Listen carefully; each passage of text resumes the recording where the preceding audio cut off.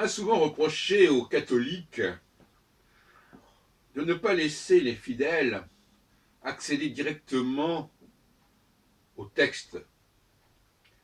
Et les protestants, eux, ont dit, mais non, on peut les lire directement, ces textes. Je voudrais intervenir sur ce débat, parce que c'est un peu un débat entre une vision démagogique, qui est celle des protestants, qui disent, finalement, le texte, il est là, on n'a qu'à le lire. Hein, il faut le lire, il faut éventuellement l'interpréter, mais on peut le lire, chacun peut le lire, en français, enfin dans la langue locale. Et à l'opposé, une position que j'appellerais moi oméga, qui est celle des catholiques, qui dit, non, finalement, ce texte biblique n'est pas si simple à appréhender, à comprendre, et on ne peut pas laisser, en tout cas c'est comme ça qu'on a pensé pendant pas mal de siècles, on ne peut pas laisser le peuple se faire une idée des textes comme cela sans médiation. Alors, je crois que ce débat est évidemment tout à fait révélateur d'un clivage socioculturel qui est fondamental.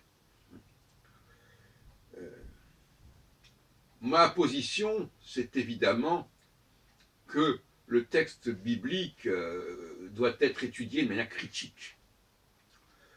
Et beaucoup de gens continuent à dire, voilà, bon, c'est écrit comme ça, donc c'est comme ça, etc. Je veux dire, le nombre, quand je fréquente les milieux religieux, notamment les milieux juifs, je suis frappé par la naïveté des lecteurs qui prennent le texte comme pour argent comptant. Ah oui, il a dit ceci, il a fait cela, ah bon, très bien. Alors, moi je crois qu'on ne peut pas fonctionner comme ça. Et qu'il faut quand même que une certaine élite intellectuelle contrôle un peu tout cela. Alors je voudrais donner quelques exemples récents de ce genre de réflexion.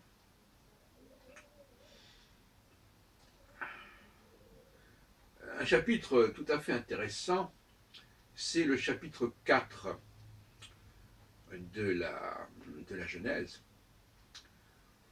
qui nous parle de la naissance de Caïn. Et il nous est dit clairement que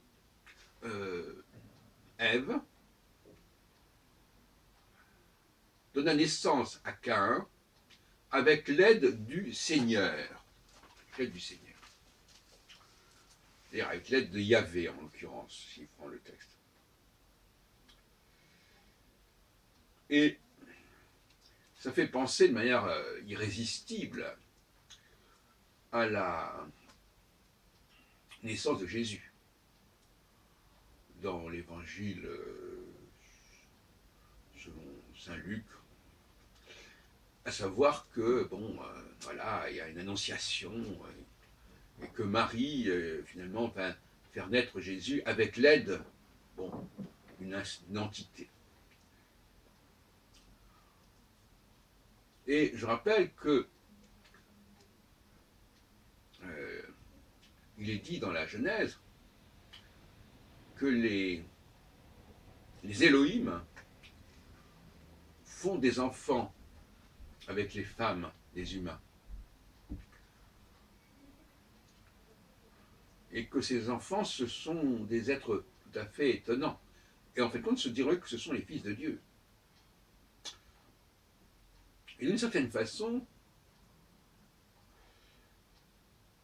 il me semble que cette naissance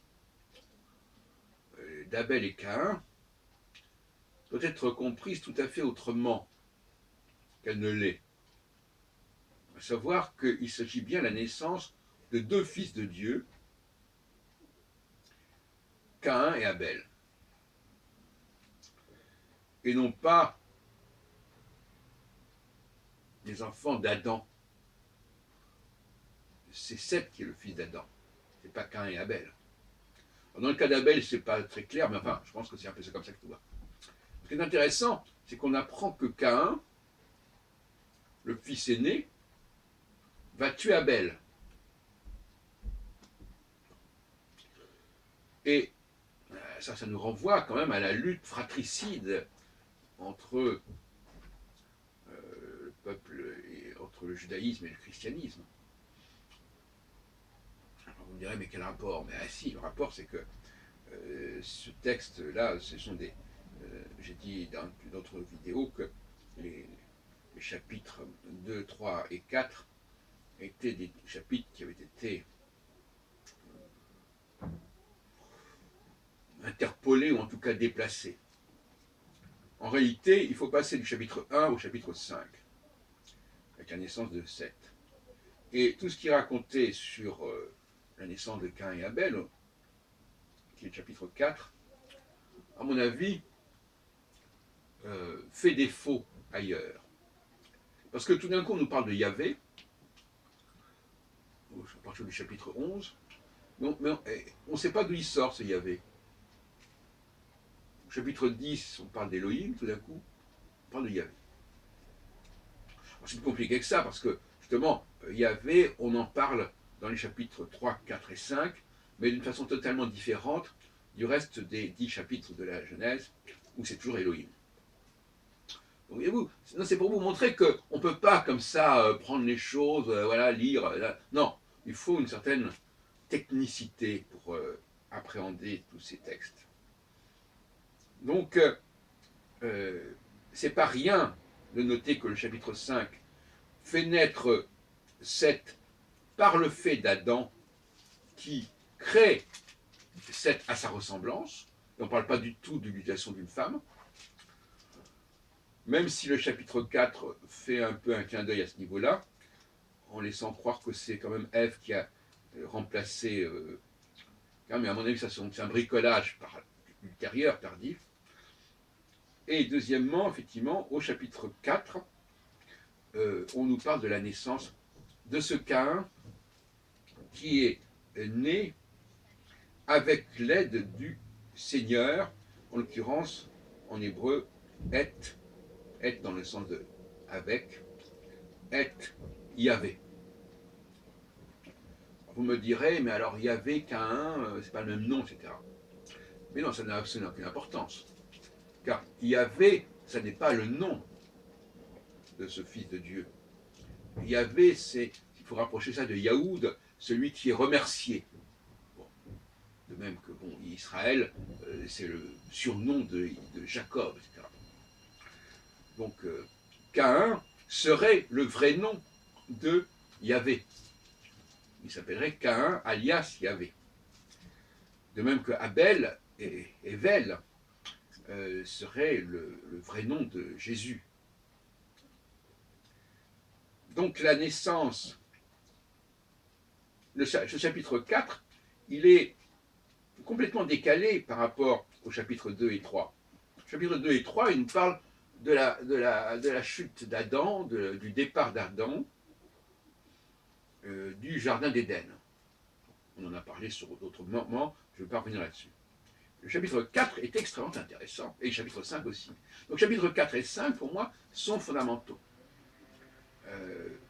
Et le chapitre 3, 2 et 3 sur la création de la femme, sur le serpent, le fruit, etc. J'en ai parlé dans la précédente vidéo. Je reviens là-dessus rapidement. Pourquoi puisqu'ils ont découvert qu'ils étaient nus, ils se revêtent de feuilles de figuier, et après Dieu les voit, on leur dit qu'est-ce que vous avez? Ils répondent, nous sommes nus. Ils ne sont pas nus puisqu'ils viennent se revêtir de feuilles de figuier. Donc on ne comprend pas. Et ensuite, à la fin, Elohim les dote de peau de bête. Parce qu'ils sont... on ne comprend pas très bien non plus. Voilà. Donc ce que je voulais dire, c'est que il y a quand même toute une technicité de lecture exégétique de la Genèse, et pas seulement, qui doit être à l'œuvre.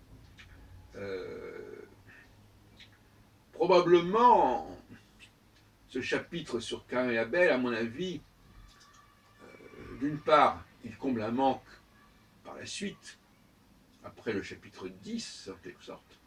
C'est là qu'il devrait se trouver. Et deuxièmement, il ne fait sens, alors deux solutions, soit il prophétise la mort de Jésus par Caïn, puisque les Juifs auraient crucifié Jésus, soit c'est une interpolation qui est postérieure au moment où Jésus a été crucifié. Et donc qui présente ça comme une prophétie. Et ça, c'est une stratégie très courante dans la Genèse. Hein. On le voit quand Dieu dit à Abraham, pendant 400 ans tu seras en Égypte, en esclavage. Bon, c'est évidemment une prophétie rétrospective. Voilà. Je rappelle que j'ai fait un ouvrage qui s'appelle Le monde juif et l'astrologie, où je montre la fréquence dans l'exégèse biblique de référence à l'astrologie, en disant on savait à l'avance que, Dieu avait prévu que, qui permet d'éclairer un certain nombre de textes. Bon, voilà. Donc Caïn et Abel, c'est quand même tout à fait remarquable quand on sait que il est dit au tout début du chapitre 4 que Ève conçut Caïn avec l'aide du Seigneur, et Yahvé.